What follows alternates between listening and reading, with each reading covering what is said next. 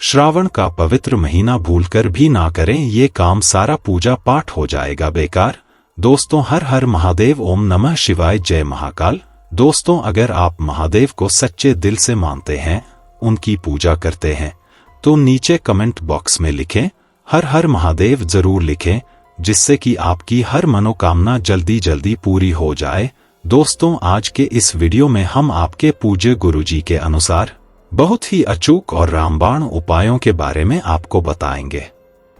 दोस्तों, सावन का महीना बड़ा ही पवित्र महीना होता है, खूबसूरत महीना होता है। यह महापर्व पूजा, भक्ति तथा श्री के संपेडित माना जाता है। इस महीने को प्यार का महीना भी कहा जाता है। धर्म शास्त्रों के अनुसार सावन का महीना भारत ही नहीं अपितु विदेश में भी बड़ी धूमधाम के साथ मनाया जाता है। सावन सोमवार व्रत रखना से शुभ फलों की प्रताप होती है। अच्छे व की इच्छा रखना वाले लोग सावन सोमवार का व्रत अवश्य रखें। जो भक्ति सच्चे दिल से भगवान शिवा को पुकारता है, भोले बाबा उसकी हर इच्छा अवश्य पूर्ण करते हैं। एक बार सच्चे दिल से कमेंट बॉक्स में लिखे हर हर महादेव, ओम नमः शिवाय। सावन मास का पहला दिन 22 जुलाई दिन सोमवार है। पहले ही दिन सावन में सोमवार पड़ने से 4 चांद लग गए हैं। सावन का दूसरा सोमवार व्रत 29 जुलाई दिन सोमवार है। तीसरा सोमवार व्रत 5 अगस्त, सावन का पवित्र चौथा व्रत 12 अगस्त के दिन पड़ेगा और 19 अगस्त को 5वां सोमवार है। दोस्तों, ऐसे में कुल मिलाकर 5 सोमवार पड़ेंगे और अंत में 19 अगस्त यानी सोमवार के दिन सावन समाप्त हो जाएंगे। दोस्तों, ऐसे में हम जानते हैं सावन के इस पवित्र महीने में कौन सी गलती नहीं करनी चाहिए, जिससे कि शिव नाराज ना हो। और सावन व्रत में यह फल तो कभी मत खाना, नहीं तो भगवान भोले बाबा आपसे क्रोधित हो सकते हैं, आपका व्रत टूट सकता है। आइए जानते हैं। आगे बढ़ने से पहले आपसे हाथ जोड़ के विनती है, अगर आप महादेव को मानते हैं, उनकी पूजा करते हैं, तो वीडियो को लाइक शेयर जरूर करें और नीचे कमेंट में हर हर महादेव या श्री शिवाय नमस्तुभ्यं जरूर लिखें, जिससे कि आपकी मनोकामना जल्दी पूरी हो जाए। कुछ ऐसी सावधानियां जिसे भूलकर भी नहीं करना चाहिए। दोस्तों, सावन के पवित्र महीने में सुबह जल्दी उठाना चाहिए, नहीं तो उसे नाराज हो जाएगी। सावन के महीने में हरी सब्जियां दुष्ट हो जाती है, इसीलिए देखकर खाना चाहिए। उसमें कीड़े वगैरह हो सकती है जो आपके मुंह में जाएगी और आप बीमार पड़ सकते हैं।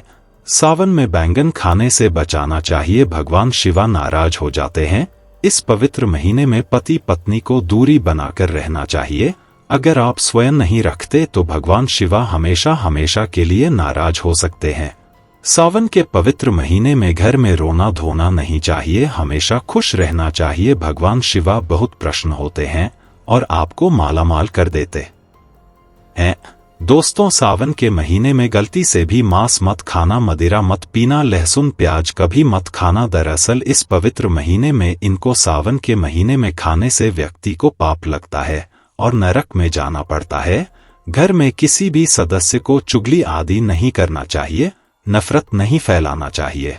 घर में साफ सफाई रखना चाहिए, सुबह जल्दी उठाना चाहिए और रात में जल्दी सो जाना चाहिए। सावन के महीने में बाल नाखून भी आदि नहीं करना चाहिए, इससे आपको पाप लगता है और भगवान शिवा क्रोधित हो जाते हैं। सावन के महीने में मीठा बोलने वाला व्यक्ति भगवान शिवा की कृपा का लेट है, वह व्यक्ति जल्दी ही करोड़पति बन जाता है, क्योंकि उसके सर पर भगवान शिवा का आशीर्वाद बन जाता है। सावन में जितना सके गरीबों की सेवा करें, गरीबों में कपड़े आदि भगवान शिवा उसे व्यक्ति को पाल भर में धनी बना देते हैं। सावन के इस पवित्र महीने में गरीब को खाली हाथ न जान दे, क्या पता उसे गरीब के रूप में भगवान शिवा हो या उसे जीव के रूप में भी भगवान शिवा हो सकती है, कि इस बार किसी के भी रूप में आपकी परीक्षा लेने धरती पर रह सकता है। आगे आपकी मर्जी दोस्त, चाहे कुछ भी हो जाए। भगवान शिवा के पास बाहर चीज गलती से भी मत रखना, नहीं तो आपका ब्रांड टूट जाएगा। शिवाजी होते हैं नाराज, तो चलिए जानते हैं। दोस्तों, नंबर 1, जहां रखा हो शिवलिंग या महादेव की कोई भी प्रतिमा, तो वहां पर भूल कर भी चप्पल जूते लेकर नहीं जाना चाहिए। जरा सोचिए, जब आपके कमरे में कोई चप्पल लेकर प्रवेश करता है तो आपको कितना क्रोध आता है। इसी कारण महादेव भी आपसे नाराज हो जाते हैं और आपको मिलने वाला फल नष्ट हो जाता है। ऐसे में मंदिर में नंगे पांव ही प्रवेश करना चाहिए, क्योंकि चमड़े की चप्पल हमेशा अशुद्ध रहती है, इससे देव शक्ति नाराज होती है। दोस्तों नंबर 2, अक्सर महिलाओं को मासिक धर्म में जाता है और वह बिना किसी को बताए पूजा पाठ कर लेती है, जो कि शास्त्रों में वर्जित माना गया है। इस समय महिलाओं को जानकर भी अनजान नहीं बनना चाहिए। अगर आपको मानसिक पीड़ा है तो घर के बने मंदिर में या बाहर बने मंदिर में तभी प्रवेश नहीं करना चाहिए, इससे देव शक्तियां नाराज होकर आपसे क्रोधित हो सकती है। ऐसे समय में शिवलिंग को चुन घर पाप के बराबर माना गया है। जरा सोचिए, ऐसी अवस्था में जब महिला को बड़ा लगता है तो ईश्वर को कितना बड़ा लगेगा।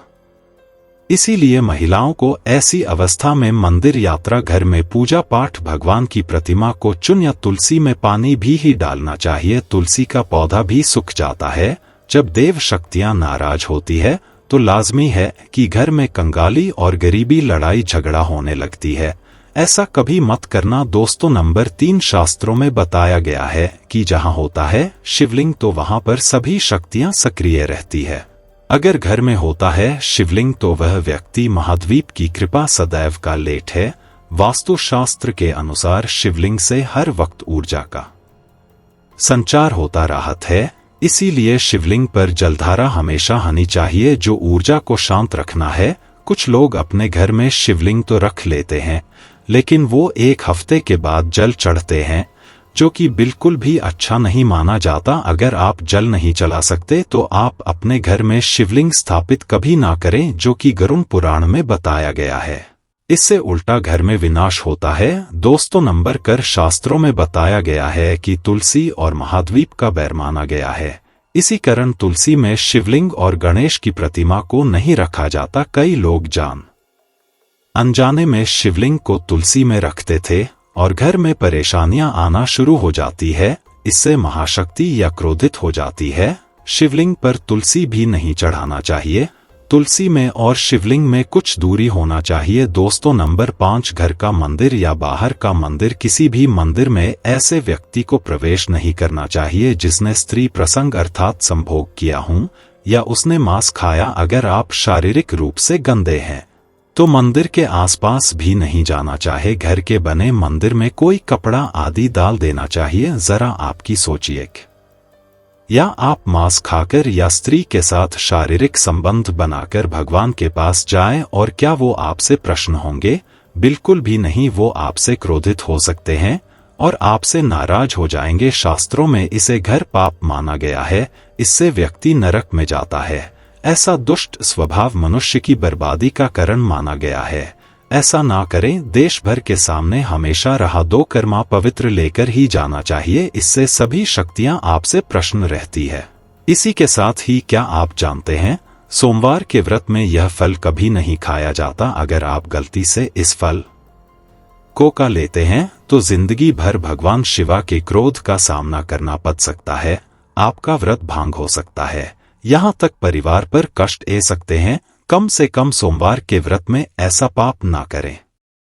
दोस्तों नंबर 1, शास्त्रों में खरी को उधर मानकर फल आदि नहीं खाना चाहिए। इससे पाप लगता है और व्रत अधूरा रह जाता है। सोमवार का व्रत हो या कोई भी बड़ा क्यों ना हो, पड़ोसियों से मांग कर भी व्रत आदि में फल वगैरह नहीं खाना चाहिए। व्रत में उधर मांग कर खाने से व्यक्ति का व्रत जूता हो जाता है।